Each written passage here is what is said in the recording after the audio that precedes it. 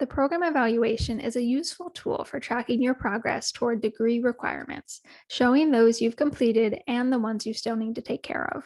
Both you and your advisor can access your program evaluation anytime on Box or online. You want to go to Students menu, Program Evaluation, and then go ahead and use What If to see your progress and track your progress toward any major at Pacific. Once you've declared your major, it will show up as an active program up here.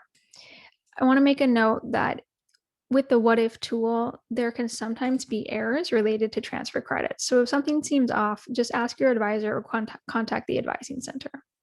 Go ahead and select your catalog year, which would be usually the year you entered Pacific. Now, there's a lot of information on program evaluations, abbreviations, and technical language. So we're going to walk through some of the highlights today. Again, this catalog year up at the top, it's going to default to the year you entered Pacific. Usually that's fine to leave it as is, but occasionally you'll want to switch because of changes to degree requirements that happen while you're a student, usually within your major. Now, your advisor can help walk you through this if it applies to you. The program summary shows really high level tracking basic degree requirements like overall credits and GPA. I want to note that your GPA does not transfer in and you start with a clean slate at Pacific. And these overall credits is just tracking where you're at in terms of meeting the minimum 124 required to graduate. The rest of the program eval gets into the types of credits you need to complete based on core requirements and major and minor requirements. So for anything on this program eval, we're going to see these statuses next to each requirement. Complete and green means that you're good to go and it's completed. In progress means that you've started meeting the requirement, in this case for this broader category, but you still need to complete some requirements for it. And not started means that you are not currently enrolled in a course or you have not completed any credits toward completing that requirement. I also want to point out some common subject areas that will automatically count for transfer credits towards meeting core requirements. So these are the subject areas that if you have transfer credits, it would sort of automatically count there. You can see that in this case, the transfer equivalency is an example of that. So this student completed this Intro to American Lit class from another institution, which we know because it says TE here, that means transfer equivalency.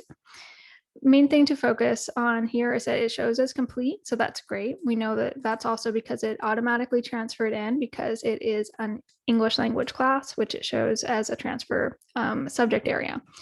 Something to note here is that with transfer credits, the credit number might show up as a little wonky, 3.35, and in this example. And that's because transfer credits from a quarter school will be calculated differently to convert them to our semester credit system.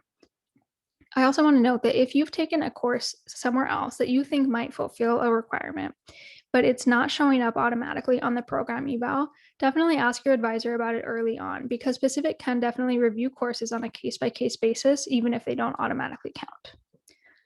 So scrolling down, we see the upper division category. So this tracks where you're at in terms of completing at least 40 credits at the 300 or 400 level, which every student needs to do. Then it shows your major requirements.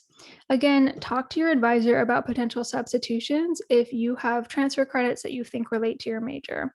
This is a great place to track your checklists for core and major requirements, but also use the advising handbook web pages and the catalog to see a different format and to see more information about these requirements. And that will also help you to know if you have transfer credits that might potentially count towards these. The 52-hour rule simply means that you need to take at least 72 credits in a subject area other than your major.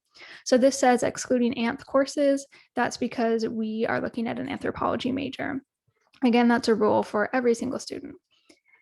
And the HPER, human performance and music activity courses, means that you can take a maximum of 8 credits in these areas. So these are, again, like music lesson classes or athletics or physical activity classes. 8 credits of those can count towards your 124 total. You can take more than that for sure. It's just that they won't count towards your 124 minimum credits required to graduate. So that's the program eval in a nutshell. You'll get to know this tool and it will become easier to read the more that you look at it. So I encourage you to look at it regularly, at least every semester, and to look through it with your advisor when you're meeting for academic advising to help you keep track of your progress toward degree requirements.